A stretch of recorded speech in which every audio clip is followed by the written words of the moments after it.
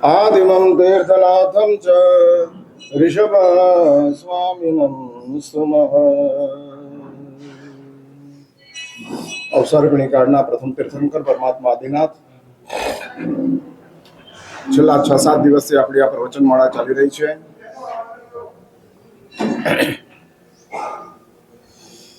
પરમાત્મા આદિનાથ જે આ ધરતીની ઉપર 18.5 કોડા કોડી સાગરોપમનો જે એક અંધકાર હતો, ધર્મનો અભાવ એ જ અંધકાર છે, ધર્મનો સદભાવ તે પ્રકાશ છે અને ધર્મનો અભાવ તે અંધકાર છે. ધર્મ ન હોવો એ જ અંધકાર છે.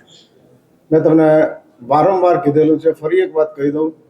ધર્મનો અર્થ તમે જે કરો છો તે નહીં, તમે જે માનો છો તે પણ નહીં. ધર્મનો અર્થ જૈન શાસ્ત્રકારો કહે છે તમારો પોતાનો જે સ્વભાવ તે જ ધર્મ છે.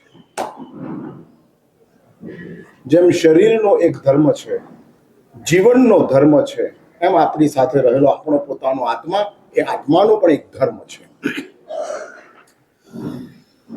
શરીરનો ધર્મ છે અને શરીરના ધર્મને આપણે વફાદારીથી, પરિપૂર્ણ વફાદારીની સાથે એને બરાબર સાચવીએ છીએ. શરીર એમ કહે છે, ધારો કે તમારું શરીર એમ કહે છે કે બપોરે 12 વાગ્યા પછી તું ભૂખ્યો રહે તો તને એસિડિટી થાય છે, માટે તારે જમી લેવાનું. તો આપણે એ ધર્મને વફાદારીથી પાળીએ છીએ. શરીરનો આ ધર્મ છે. શરીર પોતાનો પરચો બતાવે છે. એ જ રીતે જીવનનો એક ધર્મ છે. શરીરનો ધર્મ જે શાસ્ત્રોએ ગોઠવ્યો છે અને જે ચાલી આવ્યો છે એ શરીરના ધર્મની અંદર શાસ્ત્રો કહે છે કે સાચવો તો જ સચવાય એવું આ શરીર છે. કારણ કે આપણને તો છેવટનું સંગ્રહણ મળ્યું છે, જેનું બીજું નામ છે સેવાર્થ. હા, સેવાર્થ. સેવાર્થનો અર્થ જ જૈન શાસ્ત્રકારો કરે છે સેવા કરવાથી પણ દુઃખી થાય, એનું નામ સેવાર્થ. સેવાથી સુખી થાય એ નહીં, સેવા કરવાથી દુઃખી થાય. હા, પગ ન દુખતા હોય તમે મને દબાયા કરો, શું થાય? મારા પગ દુખતા જ નથી, નાના પણ સાહેબ લાભ આપો, સાહેબ લાભ આપો, અને સાહેબને લાભ આપવો પડતો હોય અને આવીને બેસી જાય દબાવે રાખે. હવે દબાવવાની પણ ટેકનિક હોય. હા, અને એ દબાવવાની અંદર એ દબાવતા જાય. એટલે સેવા કરવાથી પણ દુઃખી થાય. એટલે આ શરીર એનો એક સ્વભાવ છે અને સ્વભાવને આપણે પૂર્ણ વફાદારીની સાથે એને સાથે ચાલીએ છીએ. એ જ રીતે જીવનનો એક ધર્મ છે. હા, આપણા જીવનનો ધર્મ છે અને જીવનના ધર્મને પણ આપણે મહદ અંશે એને પણ સાચવતા જઈએ છીએ. જીવન એમ કહે છે કે આ તારાથી ન થાય, જનરલી આપણે કરવા માટે તૈયાર નથી થતા. એ જ રીતે આપણા આત્માનો એક ધર્મ છે, જેને જૈન શાસ્ત્રકારો આત્મ સ્વભાવ કહે છે. અને એ ધર્મ જ્યારે વિસ્મૃત થાય છે ત્યારે અંધકાર શરૂ થાય છે. પરમાત્મા આદિનાથના પૂર્વના સમયોની અંદર શાસ્ત્રો કહે છે કે આત્મધર્મ વિસ્મૃત થઈ ગયો, અને આત્મધર્મ વિસ્મૃત થઈ જવાના કારણે હું સત છું, હું ચિત્ત છું, હું આનંદ સ્વરૂપ છું, એ સ્વભાવ વિસ્મૃત થઈ ગયો. અને વિસ્મૃત થઈ જવાના કારણે શું થયું? શાસ્ત્ર એવું કહે છે કે ભગવાન આદિનાથ પહેલા માણસો હોવા છતાં માણસોને એ ખબર નહોતી કે અમે માણસ છીએ. હા, આ દુનિયાની અંદર મોટામાં મોટું અજ્ઞાન એ છે સેલ્ફ ઇગ્નોરન્સ. ખુદને જ ભૂલી જવું, એનું નામ મોટામાં મોટું અજ્ઞાન છે. તમે તમારી જાતને જ ભૂલી ગયા. હા, અને તે વખતના માણસો પોતાની જાતને પશુઓની જેમ જ ગણતા હતા અને એ જ રીતે જીવતા હતા. આ એ જ આહાર, ભય, મૈથુન, પરિગ્રહ અને એ ચાલ્યા કરતું. અને ચાલતી પરિસ્થિતિની વચ્ચે પરમાત્મા આદિનાથે સૌથી પહેલી મોટામાં મોટી એક ક્રાંતિ કરી અને આપણને આપણી ઓળખ પાછી આપી કે ભાઈ તું માણસ છે, ભૂલ નહીં. તારામાં અને પશુમાં ફરક છે. ઉત્તેજના ઊભી થાય અને કામ કરવા માંડે એ પશુતા છે. જરૂર ઊભી થાય અને કામ કરવા માંડે એ માનવતા છે. ઉત્તેજના અને જરૂરત આ ફરક છે. હા, ઉત્તેજના અને જરૂરતમાં ફરક છે. ખાઈ પીને તમે નીકળ્યા હો, પેટ ભરીને નીકળ્યા હો, પણ રસ્તામાં ફાફડાની લારી જોઈ અને ખાવાનું મન થઈ ગયું, આને ઉત્તેજના કહેવાય છે. સંયોગો પાડી દે એનું નામ ઉત્તેજના. સંયોગો પાડી દે છે. નિમિત્તોથી પડી જવું એ ઉત્તેજના છે. આ ઉત્તેજના છે. પછી એ ભૌતિક પતન હોય, આધ્યાત્મિક પતન હોય, નિમિત્તોથી પડી ગયા એ ઉત્તેજના છે. જૈન શાસ્ત્રોની અંદર નંદીશણ, અષાઢા ભૂતિ વગેરે અનેકના દ્રષ્ટાંતો આવે છે. હા, અનેકના દ્રષ્ટાંતો આવે છે. અને નિમિત્તોથી ગબડી ગયા, ગોઠવાઈ ગયા. માટે શાસ્ત્રો કહે છે કે જ્યાં આગળ ઉત્તેજના આવે છે એ પશુતા છે, અને જ્યાં જરૂરત ઊભી થાય છે, હા, ઉત્તેજનાનો અર્થ છે કોમન સેન્સનો અભાવ. હા, કોમન સેન્સ નથી. જેને આમ સામાન્ય કક્ષાનો વિવેક કહેવાય, એનું નામ કોમન સેન્સ છે, વિવેક કહેવાય. ઘરમાં તમે વડીલ છો, મોટા છો, ઘરની અંદર 4 દીકરાઓ છે, 4 એની પુત્ર વધુઓ છે, અને છતાંય તમે પહેરવેશની બાબતની અંદર તમારી પોતાની કોમન સેન્સનો ઉપયોગ ન કરો અને જે તે ડ્રેસ પહેરવા માંડો, આ પેન્ટ વગેરે લેવા માંડો, ત્યારે એમ કહેવાય કે કોમન સેન્સનો અભાવ છે. ન ચાલે. અને માટે જ શાસ્ત્રો કહે છે ઉત્તેજના એનું નામ છે કે જ્યાં આગળ કોમન સેન્સ ન હોય. એક વાત સમજો, તમારી નાસ્તિકતા અધર્મ ફેલાવતી નથી, પણ તમારી કોમન સેન્સનો અભાવ અધર્મ ફેલાવે છે. જે વિવેક બુદ્ધિ કહેવાય, સામાન્ય સમજ કહેવાય, કે જે સામાન્ય સમજ આપણા જીવનમાં હોવી જ જોઈએ, હોવી જ જોઈએ, અને એ આપણે સાચવી ન શકતા હોઈએ, જે બહુ સામાન્ય કક્ષાની ભૂમિકાઓ છે, એને પણ આપણે ખોઈ નાખી હોય, ત્યારે શાસ્ત્રો કહે છે આપણા ધર્મથી અધર્મ ફેલાય છે. ધર્મની અંદર કોમન સેન્સ મસ્ટ જોઈએ જ, અને આપણી પાસે ન હોય. શાસ્ત્રો તો સંસારમાં કોમન સેન્સની વાત કરે છે, પણ ધર્મમાં તો મસ્ટ જોઈએ જ, કારણ કે ધર્મનું મિશન જ પરાર્થ છે, અને પરાર્થ તમે કોમન સેન્સ દ્વારા જ ફેલાવી શકો તેમ છો, તમારા ધર્મથી નહીં, તમારી કોમન સેન્સથી. ચંપા શ્રાવિકાને જોઈ અને હીરસુરીશ્વરજી મહારાજ સુધી બાદશાહ અકબર પહોંચ્યા એ ચંપાના 6 મહિનાના ઉપવાસના કારણે કે ચંપાના અનુકંપાના દાનના કારણે?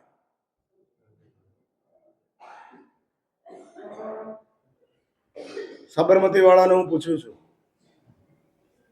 હવે મારા છેલ્લા ઇન્ટરવ્યુ ચાલે છે, હવે હું પૂછું છું, કોમન સેન્સ 6 મહિનાના ઉપવાસ ચંપાએ કર્યા છે, એ તો બાદશાહ અકબરને પછી ખબર પડી. આ દાન આપે છે, દરરોજ જાય છે ઝરૂખામાંથી, દરરોજ બાદશાહ અકબર જુએ છે. આ કોમન સેન્સ છે. આ કોમન સેન્સ. પોતાનો વિચાર કરવો તે સેન્સ છે, આસપાસનાનો વિચાર કરવો તે કોમન સેન્સ છે. હા, તમે દેરાસરમાં બેઠા હો અને મોટા અવાજે સ્તવન ગાતા જાઓ, પોતાનો જ વિચાર સેન્સ, દેરાસરની અંદર છો, અને તે વખતે તમે જોરથી ગાતા જાઓ, કોમન સેન્સનો અભાવ છે. અને કમનસીબી એ છે કે જૈનોની અંદર સેન્સ બહુ છે, કોમન સેન્સ ખોવાઈ ગઈ છે. હા, ખોવાઈ ગઈ છે. હા, દેખાતી જ નથી. અને નહીં દેખાતી હોવાને કારણે જૈન ધર્મ અને જૈનો આટલું બધું કરવા છતાંય જૈન ધર્મ ક્યાંય પોતાનો પ્રભાવ કે પોતાની છાપ કે પોતાની ઇમેજ છોડીને જાય એવું દેખાતું નથી. હા, 2 કિલોમીટરના મોટા વરઘોડા નીકળે છે, પણ આપણે આપણી છાપ ઊભી કરી નાખી હોય એવું નથી આવતું. કારણ કે આપણી પાસે સેન્સ છે, કોમન સેન્સનો અભાવ છે. અને હવે અમારે વ્યાખ્યાનો કોમન સેન્સ માટે આપવાના છે. સેન્સ તો તમારી પાસે ખૂબ આવી ગઈ, આટલા બધા ઔષધની અંદર આવી ગયા. સેન્સ કે કોમન સેન્સ? ઓ મોનિટર સાહેબ, હા હા, સેન્સ. ચોમાસી 14 છે. હા, અને આવી જાઓ અને આવતા જાય સેન્સ. અને આ છે આપણી પાસે. એટલે અમારે તમને ધર્મ શીખવાડવાનો નથી, પણ કોમન સેન્સ જે છે, કે જે કોમન સેન્સ શાસ્ત્રોએ મૂકેલી છે, આ શાસ્ત્રોએ મૂકેલી છે. તમને ખબર છે, ગાડીની અંદર નેસેસરી પણ હોય ને એસેસરી પણ હોય, બંને હોય. ગાડીની અંદર જે પૈડા છે ને એ નેસેસરી કહેવાય, એની અંદર ગોઠવાયેલું મશીન જે છે નેસેસરી કહેવાય. પણ એની અંદર ડેક વગેરે ગોઠવો અને ગાડીને શણગારો એ શું કહેવાય? એસેસરી કહેવાય. એટલે નેસેસરીથી ગાડી ચાલે તો ખરી, પણ સારી ન લાગે. એસેસરી હોય તો જ સારી લાગે. કોમન સેન્સ એ એસેસરી છે અને સેન્સ નેસેસરી છે. નાસ્તિકોની પાસે કોમન સેન્સ છે અને સેન્સ નથી. ધાર્મિકોની પાસે સેન્સ છે અને કોમન સેન્સ નથી. એટલે આ બંને અધૂરા ચાલે છે. હા, નાસ્તિકો કોમન સેન્સમાં બહુ સરસ. એ કદાચ સંવત્સરની દાડે દર્શન કરવા આવે તો ખૂણામાં ઉભા રહી, હાથ જોડી, મૌન રહી, દર્શન કરી રવાના થઈ જાય. Common sense. પણ બિચારાની પાસે સેન્સ નથી કે આજે સંવત્સરીનો દિવસ છે, મારે પૂજા કરવી જોઈએ, મારે ધર્મ કરવો જોઈએ, એવી સેન્સ નથી. અને એકલી કોમન સેન્સ છે. અને તમારી પાસે હા હા, એટલે એક વાત સમજી રાખજો, નાસ્તિકોને આસ્તિક બનાવવા જેટલા કઠણ છે, એટલા જ ધાર્મિકોને સમજદાર બનાવવા વધારે કઠણ છે. હા, સેન્સમાં કોમન સેન્સ ઉમેરવી અઘરું કામ છે. સાકરને મીઠું સમજીને જ દૂધમાં નાખવા નથી દેતા. હા, સાકરને મીઠું સમજીને હું કહું કે ભાઈ આ તારી સેન્સ છે, હવે કોમન સેન્સ લાવ. ઉપાશ્રયમાં ઔષધ કરવા આવ્યો છે, મૌન રાખ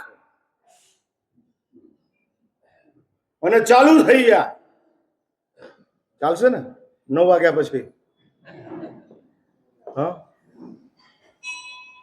હા, અને કોમન સેન્સ નહીં આપણી પાસે.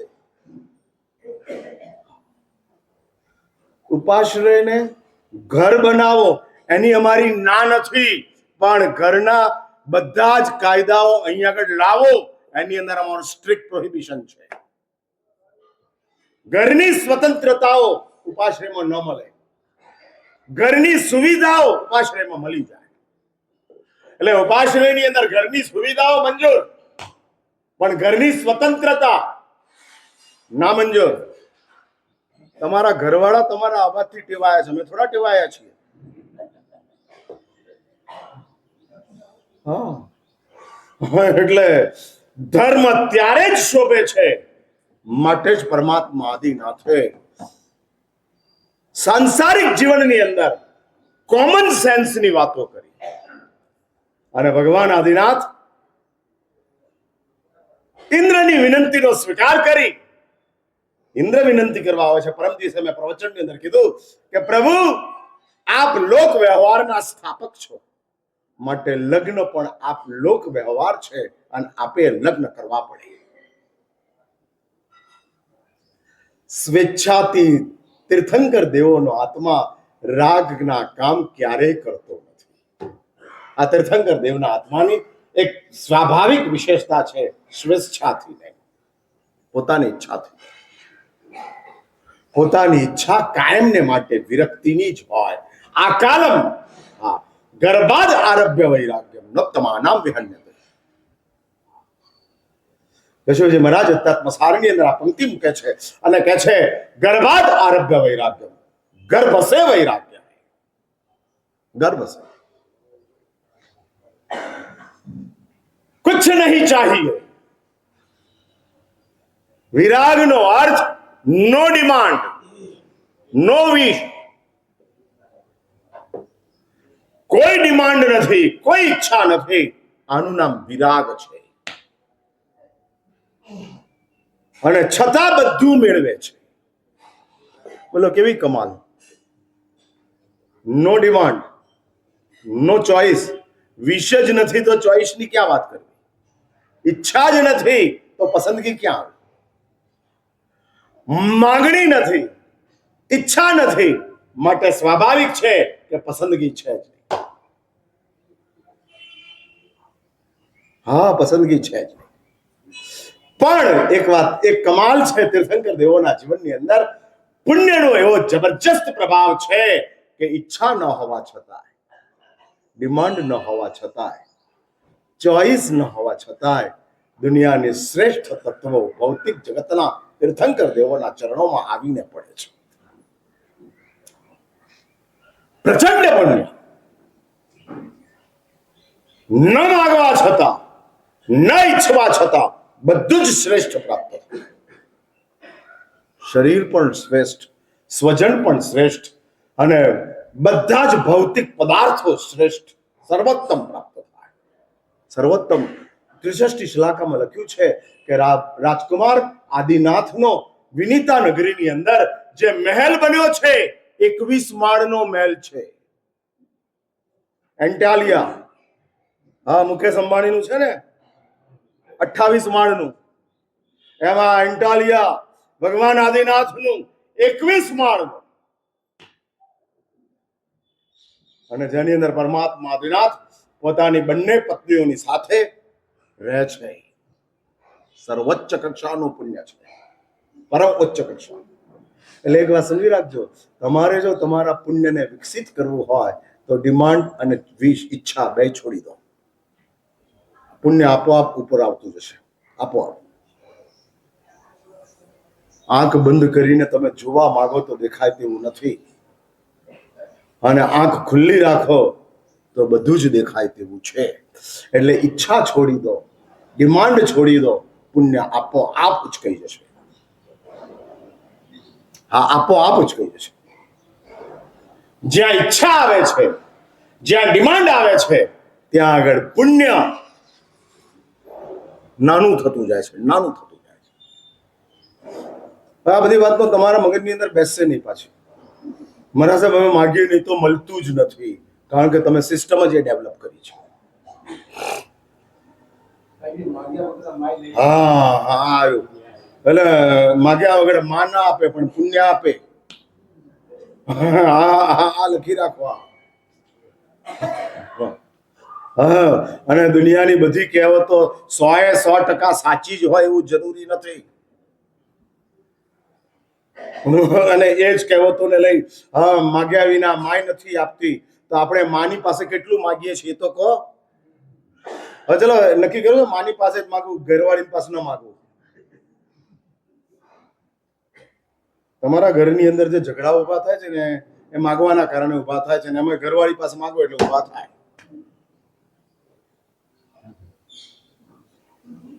માટે પરમાત્મા આદિનાથ ઇન્દ્રની વિનંતીનો સ્વીકાર કરી લગ્ન મંડપમાં ગોઠવાય છે, અને લૌકિક વિધિ સાથે સંપૂર્ણ લગ્ન પરમાત્મા આદિનાથના થાય છે. અને આ પરમાત્મા આદિનાથ 20 લાખ પૂર્વ કુમાર અવસ્થાની અંદર પસાર કર્યા પછી મેં તમને પરમ દિવસે પ્રવચનની અંદર કીધેલું હતું કે લોકોની અંદર અરાજકતા વધવા માંડી. જે દંડ નીતિ યુગલિક કાળની 3 વાક્યોની આવતી હતી, એ 3 વાક્યોને દંડ નીતિ લોકો ઘોડીને પી ગયા. હવે એની કોઈ અસર નથી અને ગુનાઓનું સામ્રાજ્ય વધવા માંડ્યું.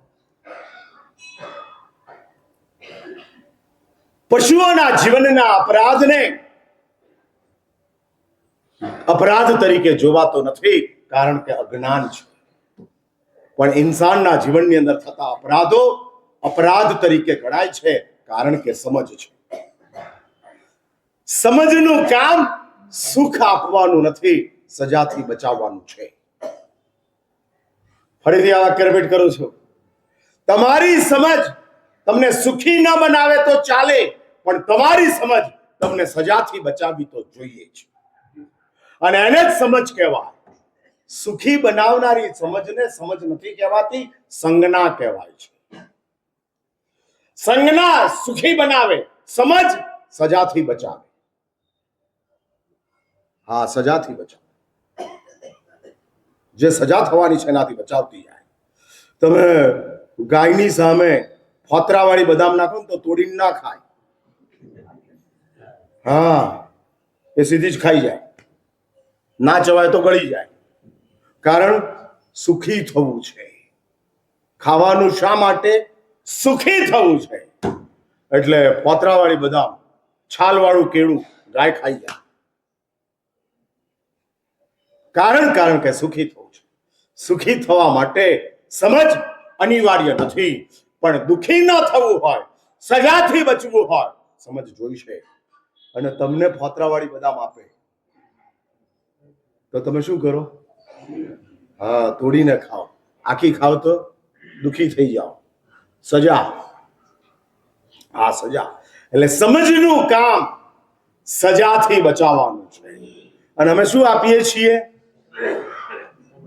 હા, એટલે અમે શું કરીએ છીએ? અલ્ટિમેટલી તમને સજાથી બચાવવા માટેનો પ્રયત્ન કરીએ છીએ.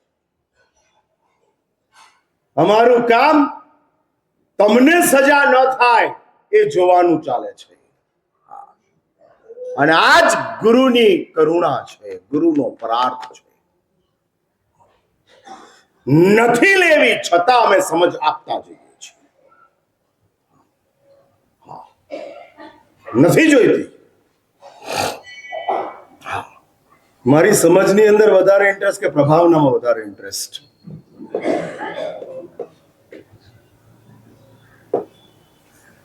બધાને સારી એક જેવી નહીં. હા, એટલે એ વાત છે. એ જ પૂછું છું.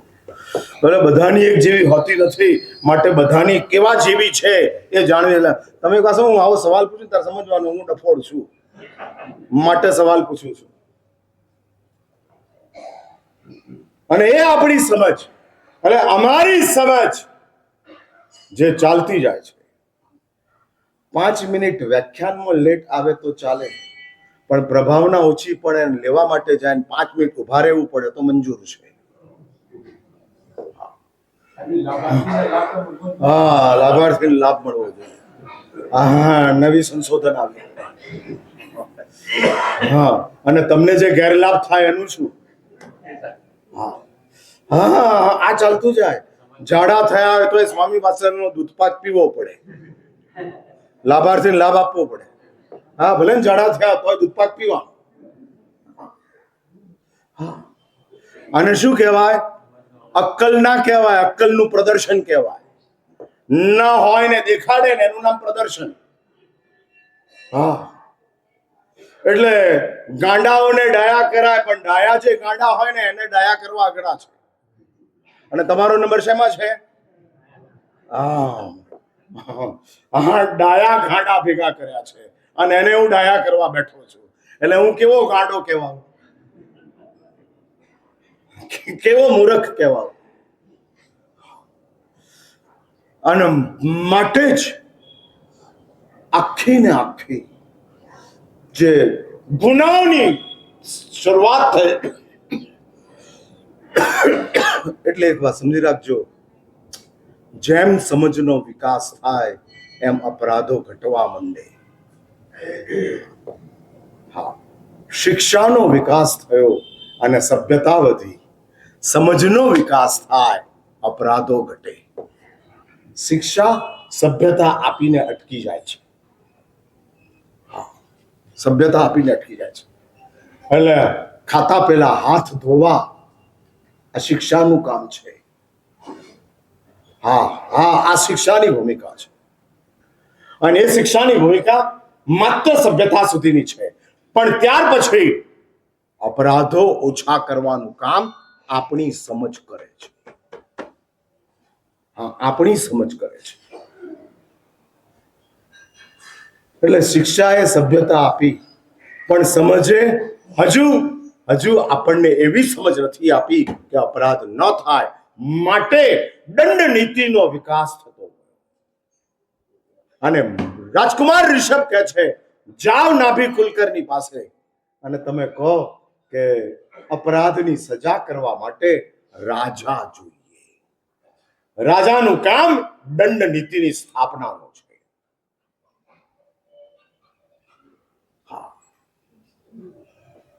રાજા માયાળુ હોવા છતાં મજબૂત હોવો જોઈએ. એની ધાક હોવી જોઈએ અને ધાકની સાથે કામ કરતો જાય. માટે ભારતીય પરંપરાની અંદર કહેવાય છે, દુષ્ટસ્ય દંડ સુજનસ્ય સેવા. રાજાના બે મોટા કામ છે, દુષ્ટને દંડ કરો અને સજ્જન છે એનું સન્માન કરો. હા, સજ્જનોનું સન્માન કરતા જાઓ, બહુમાન કરતા જાઓ. માટે જ આખી એક દંડ નીતિ. અને નાભી કુલકર ની પાસે લોકો જાય છે અને નાભી કુલકર કહે છે કે તમારો રાજા ઋષભ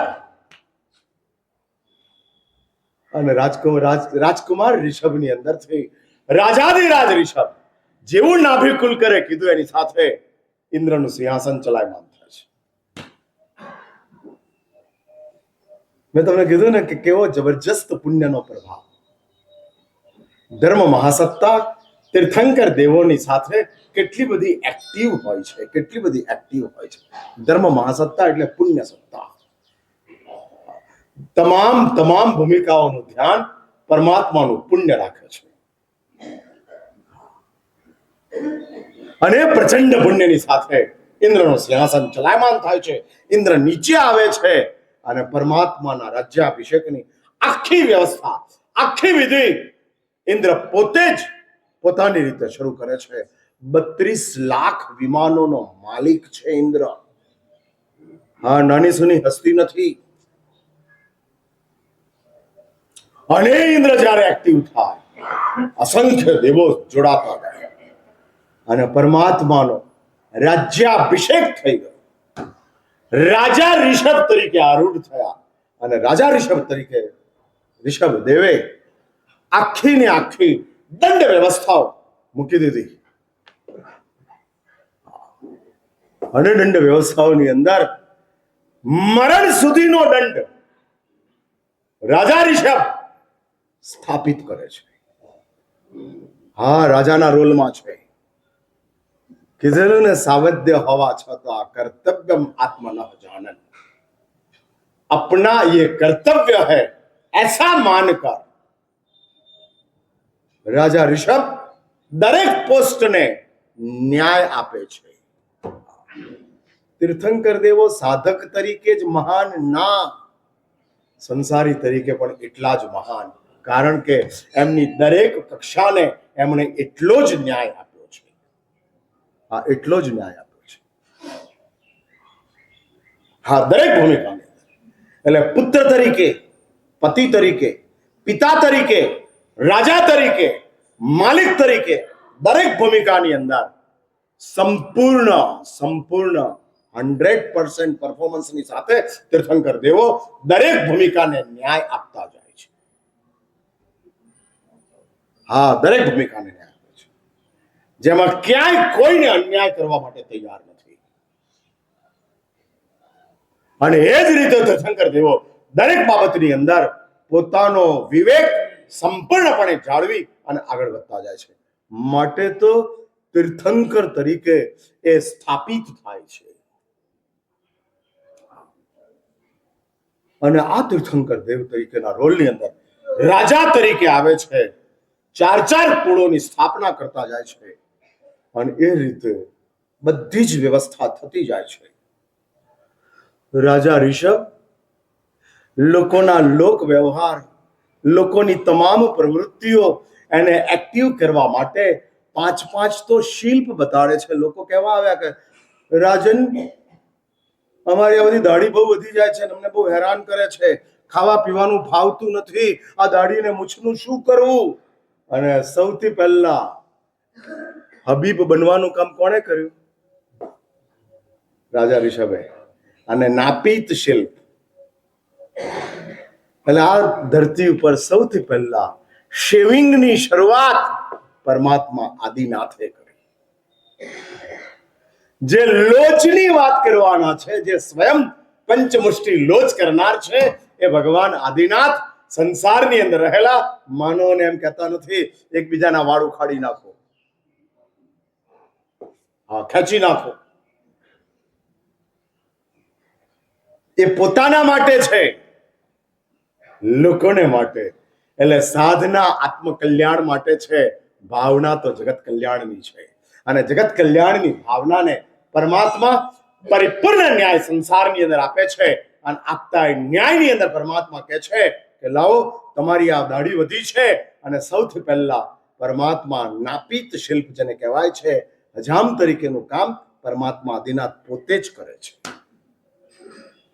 કુંભકાર શિલ્પ, ચિત્રકાર શિલ્પ, લોહકાર શિલ્પ, આ બધા શિલ્પ પરમાત્મા આદિનાથ બતાડતા જાય છે. હા, વારસામાં આવે તે કલા છે, શીખવું પડે તે શિલ્પ છે. હા, પરંપરાની અંદર તમને જે મળે એ કળા છે, એ આર્ટ છે. અને રાજા ઋષભે ભૌતિક જગતને સમૃદ્ધ કરવા માટે પુરુષોની 72 અને સ્ત્રીઓની 64 કલાઓ રાજા ઋષભે સ્થાપિત કરી. હવે એવું છે ને, એક એક કલાઓની પાછળના મોટા વિજ્ઞાનો છે, પણ એની ચર્ચા આપણે કરવી નથી. નહીં તો એક એક કલા ઉપર એક કલાક બોલવું પડે, અને એટલો આપણી પાસે ટાઈમ નથી. એટલે એ ચર્ચા હું કરવા માંગતો નથી. પણ રાજા ઋષભે ધૂર્ત કલા પણ દેખાડી. પુરુષોની 72 કળાઓમાં ધૂર્ત કળા આવે છે. પાક કલા જેમ શીખવાડી એમ ધૂર્ત કલા શીખવાડી. ધૂર્ત કલા એટલે સમજ્યા ને તમે? ચાલાકી, ગુજરાતી ભાષામાં બદમાશી. હા, ઠગવા કેવી રીતે, ધૂર્ત કલા. અને એમાં લખ્યું છે 63 ની અંદર, આ ભગવાન શા માટે શીખવાડે છે? બીજાને ઠગવા માટે નહીં, તમે ઠગાવ નહીં એટલા માટે. તમને કોઈ ઉલ્લુ ન બનાવી જાય. જાણીને ઉલ્લુ બનો એની ના નથી. હું બનું છું ને, જેમ હે ને, દરરોજ બનું છું ને 8 દાડાથી જાણીને. હા, એટલે જાણીને ઉલ્લુ બનો એની ના નથી. લોકોની ખુશી માટે, લોકોની શાંતિ માટે, લોકોના આનંદ માટે ઉલ્લુ બનવું, એમાં બહુ વાંધો નથી. પણ કોઈ તમને ઉલ્લુ બનાવી જાય એ તો ન ચાલે. હા, એ ન ચાલે. અને ન ચાલે માટે પરમાત્મા કહે છે કે તને કોઈ ઉલ્લુ બનાવી જાય એ મારી ક્રેડિટનો સવાલ છે. કારણ કે તું માણસ છે, તારી પોસ્ટ બહુ ઊંચી છે, તારો મહિમા બહુ જબરજસ્ત છે. તું માણસ બન્યો છે, અને માણસ બન્યો છે એટલે જ ઇન્સાન એ ભગવાનનો નેબર છે. માણસ એ પરમાત્માનો પાડોશી છે. અને જેના પાડોશમાં ભગવાન હોય, હા, જેના પાડોશમાં ભગવાન હોય, એ વ્યક્તિ કેવી રીતે દુખી થાય? માટે ભગવાને બતાડેલી 64 અને 72 કલાઓ એવી રીતની કલા છે કે જે કલાઓએ પરમાત્માએ માણસ તરીકેના જીવનની અંદર સભ્યતા, સંસ્કારો અને સુખ બધું જ સચવાઈ જાય. હા, બધું જ. અને આ તમામ ચીજો ગોઠવાતી જાય છે અને એની અંદર રાજા ઋષભ પિતા બને છે. ભરત અને બ્રાહ્મી, બાહુબલી અને સુંદરી આના પિતા બને છે અને પિતા બનેલા હવે પિતા તરીકેના રોલમાં આવે છે. જુઓ કમાલ. રાજા તરીકેના રોલમાં પ્રજાનું સુખ છે, પિતા તરીકેના રોલમાં સંતાનોના સંસ્કાર છે. મારી મહત્વપૂર્ણ જવાબદારી છે. હા, જીવન આપવાનું કામ માતાનું છે, સંસ્કાર આપવાનું કામ પિતાનું છે. એટલે માં જીવન આપે. જીવન આપે મીન્સ શરીરની તંદુરસ્તી આપે. જીવનની કહેવાતી સુવિધાઓ માં આપે, પણ એ સુવિધાઓની વચ્ચે જાતને સંભાળવાનું કામ પિતાના સંસ્કાર મળતા જાય. હા, એ પિતા મળતા જાય અને પિતા તરફથી સંસ્કારો પ્રાપ્ત થતા જાય છે કે જે સંસ્કારો સંતાનને પોતાનું એક ગૌરવ આપતા જાય છે, ગૌરવ આપતા જાય છે. 98 દીકરાઓ ભગવાન આદિનાથની એક દેશના સાંભળીને તરી ગયા છે, બુજી ગયા છે એવું નથી. બાપાએ એવા સંસ્કાર આપેલા માટે આ દેશના ફળી અને મારી નથી ફળતી. fill up the blank. હા, અને એટલે જ જો ભાઈ એક કામ સમજી રાખો, બેકગ્રાઉન્ડ બરાબર હોય, પ્લેટફોર્મ બરાબર હોય તો પરિણામ સારું જ આવે. પણ પ્લેટફોર્મ અમારે તૈયાર કરવાનું અને પ્રયાસે અમારે કરવાનો, બધું A to Z. હા, કાંઠો તૂટેલો હોય તો ઘડો વપરાય, પણ તિરાડ પડી ગયા પછી ઘડાને વાપરવો બહુ અઘરું કામ છે. ક્યાંક ને ક્યાંકથી લીકેજ ચાલ્યા જ કરે, ચાલ્યા જ કરે, ચાલ્યા જ કરે. આ તો તિરાડ નથી, બાકોરું છે. હા, એટલે અમારો તો સિમેન્ટ ભરવામાં ટાઈમ પૂરો થાય છે, પાણી તો ક્યાં ભરવાની વાત છે. હા, અને એ સિમેન્ટ ગળતા જઈએ, સિમેન્ટ ભરતા જઈએ, ત્યાં વળી પાછું પૂનમ એકમ આવે એટલે પાછું ઓગળવા માંડે. હા, એટલે આ ચાલતું જાય છે માણેક બાવાની જેમ. સવારથી સાંજ સુધી પેલો ચટાઈ બનાવતો જાય, કિલ્લો બનતો જાય, ચટાઈ બનાવતો જાય, કિલ્લો બનતો જાય. અને હાથ પડે કોક ખોલી નાખે ચટાઈ એટલે કિલ્લો ધડ ધડ ધડ ધડ નીચે ચાલતું જાય. પણ પિતા ઋષભ તરીકે, રાજકુમાર પિતા ઋષભ તરીકે બાહુબલી અને સુંદરી, ભરત અને બ્રાહ્મી, તમે કમાલ તો જુઓ. જે કન્યા કેળવણીની વાત આજે જોર શોરથી ચાલી રહી છે, એની ક્રાંતિ પરમાત્મા આદિનાથે પિતા તરીકે સૌથી પહેલી કરી. જે સમયની અંદર સ્ત્રીની કિંમત માત્ર ને માત્ર આઇટેમ તરીકેની હતી, વાસના માટે જ સ્ત્રીને યાદ કરાતી હતી, એ સિવાય સ્ત્રીનું કોઈ મૂલ્ય ન હતું. એવા સમયની અંદર પરમાત્મા આદિનાથ પોતાની બંને દીકરીઓને શિક્ષણ આપે છે, પોતે જાતે જ. બ્રાહ્મીને બ્રાહ્મી લિપિ વગેરે 18 લિપિઓ શીખવાડે છે. આ સંસારની સૌથી પ્રાચીન લિપિ 45 એના મૂલાક્ષરો છે. હા, અને મહાવીર આરાધના કલ્યાણ કેન્દ્રની અંદર, કોબાની અંદર જ, એ મ્યુઝિયમની અંદર બ્રાહ્મી લિપિના 45 મૂલાક્ષરો લખેલા છે, જે બ્રાહ્મીને રાજા ઋષભ, પિતા ઋષભે શીખવાડ્યા. જેમ બ્રાહ્મીને લિપિ શીખવાડી એમ સુંદરીને ગણિત શીખવાડ્યું. એટલે હિસાબ રાખવાનું કામ તમારું નથી, કોનું છે?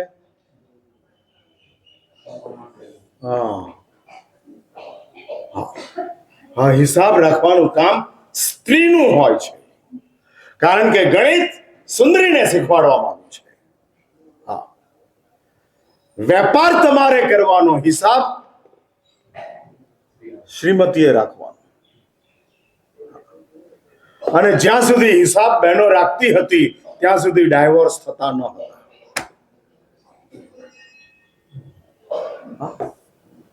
કારણ કે તમારું આખું નાખું રિમોટ સ્ત્રીઓની પાસે છે. સી રીતે ડાયવોર્સ લો? હા, એટલે ઇન્કમ કરવાનું કામ પુરુષનું છે, મેન્ટેન કરવાનું કામ સ્ત્રીનું છે. હિસાબનો અર્થ જ મેનેજમેન્ટ છે. અને નારીનું એ સમજ હોય છે, એ સેન્સ હોય છે. 50,000 પણ ઘર ચાલે અને 15,000 પણ ઘર ચાલે. અને એ રીતે આખી સિસ્ટમ આ બાય ડિફોલ્ટ અંદર બધા સેલ એ રીતના જ ગોઠવાયા હોય અને ગોઠવાયેલા સેલ પ્રમાણે કામ ચાલ્યા કરતા હોય. માટે પિતા ઋષભ તરીકે કન્યા કેળવણીની ક્રાંતિ પરમાત્મા આદિનાથે અને સ્ત્રીને સર્વોચ્ચ સન્માન જૈન દર્શન જે રીતે આપે છે, તમે વિશ્વમાં ક્યાંય પણ જોઈ આવો, સર્વોચ્ચ પદ સ્ત્રીને કોઈ ધર્મએ આપ્યું નથી, માત્ર જૈન ધર્મએ આપ્યું છે. તીર્થંકર સ્ત્રી છે. હા, દેવીને શક્તિ કહેવાય છે, ભગવાન નથી કહેવાતી, ભગવતી નથી કહેવાતી. શક્તિ છે માટે ભગવતી છે. પણ જૈન દર્શને સ્ત્રીને સર્વોચ્ચ સન્માન તીર્થંકર પદનું આપ્યું છે. માટે જૈન ધર્મ સ્ત્રીના સન્માનને, સ્ત્રીના ગૌરવને બહુ જ સન્માનપૂર્વક સાચવે છે. અને આની શરૂઆત પિતા ઋષભદેવે, રાજા ઋષભદેવે કરી. અને આ રીતે 20 લાખ પૂર્વ કુમાર અવસ્થાના, 63 લાખ પૂર્વ રાજ્ય અવસ્થાના અને કુલ કેટલા થયા? 83 લાખ પૂર્વ સંસારની અંદર પસાર કર્યા પછી હવે રાજા અને પિતા ઋષભ માણસોને કહે છે કે દોસ્તો, ખાવાનું, પીવાનું, હરવાનું, ફરવાનું, બોલવાનું, ચાલવાનું, આનંદ કરવાનું બધું જ મેં તમને આપી દીધું, પણ હજુ યાત્રા અધૂરી છે. હજુ તમારી યાત્રાનું અલ્ટિમેટ પોઈન્ટ, મંજિલ બાકી છે. હા, તમે હજુ અપૂર્ણ છો. તમે સુખી બન્યા, તમે સમજદાર બન્યા, તમે સમૃદ્ધ બન્યા, તમે બળવાન બન્યા, બુદ્ધિમાન બન્યા, પુણ્યવાન બન્યા, પણ હજુ એક બાકી છે. અને બાકી રહેલી ભૂમિકાની અંદર હવે રાજા અને પિતા ઋષભ આખા સંસારને લઈ જવા માટે તૈયાર થાય છે. હા, અને તૈયાર થયેલા રાજા ઋષભ ને લોકો પૂછે છે કે પ્રભુ, એ કઈ ચીજ છે કે જે હજુ બાકી છે? અને ત્યારે રાજા ઋષભ કહે છે કે તમને મેં માણસ બનાવ્યા હતા, માણસ, પણ માણસ બનાવ્યા, માનવતાનું પ્રદાન મેં તમને કર્યું. હવે આ માનવત્વની અંદર દેવત્વને જાગૃત કરવું છે. માણસ જ દેવ બની શકે છે.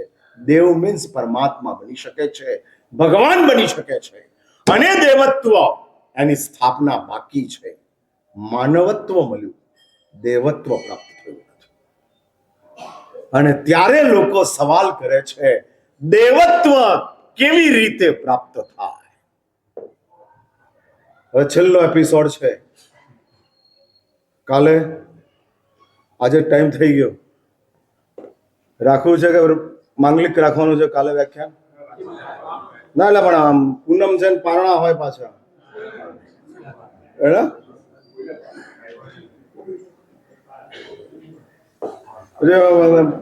પારણા આવે ને એટલે અમારું વ્યાખ્યાન અટવાઈ જાય. શતાબ્દી આવવાની હોય ને ત્યારે પછી લોકલ ટ્રેનો સાઈડમાં નાખી દેવી પડે. અને બરછી તપનું બેસણું એ શતાબ્દી કહેવાય. વ્યાખ્યાનો બધું સાઈડની અંદર, પહેલું બેસણું, પછી બધી વાત. એટલે ભાઈ બોલો ભાઈ, તમે આવવાના હો તો કાલનું વ્યાખ્યાન રાખી દઈએ. કાલે છેલ્લો દાડો છે, લાસ્ટ એટલે ફાઇનલ એપિસોડ છે કાલનો. તો કાલ વળી પાછા આપણે મળીએ છીએ. માધીમમ નિષ્પરિગ્રહમ